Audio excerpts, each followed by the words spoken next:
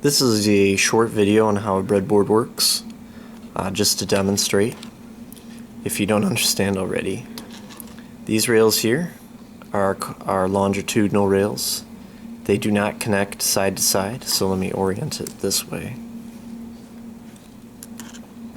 This rail along here connects up and down, does not connect over here.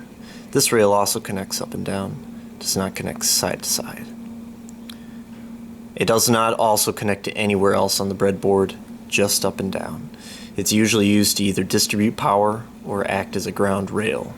So I can take a wire, plug it in here, give this 5 volts, so let me take my Arduino here and plug it into the 5-volt pin, and then I could take something over here. Come on, let's try that. Nope, there you go. This would also have 5 volts. Alright, let's say I wanted to declare the rail just adjacent to it as ground. I'd plug a wire into this rail, which I've declared a ground, return it back to ground on my Arduino, and therefore if I had a motor and I needed to return the current back to ground to complete a circuit, I would connect it to this rail here, this rail, not to this one, and then I would have a connection back to ground. Anything plugged into this rail connects back to ground, but it does not connect to any rails adjacent to it. Don't worry about the markings, they're just for reference. Alright, so that's your longitudinal rails.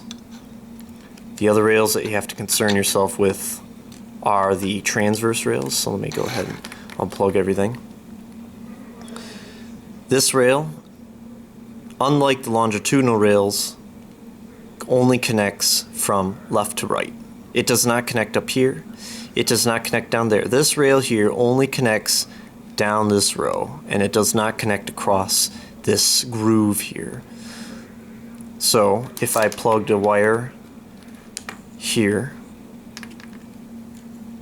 it would connect to a wire down the same row. It would never ever connect to a wire up here. These rails do not connect up and down, they only connect side to side. The same is true if you orient it this way. And in this direction, these rails are connected up and down, these rails are connected side to side. If you have further questions, please ask another classmate who understands better, or look it up on Google. I hope this helped, and that's it.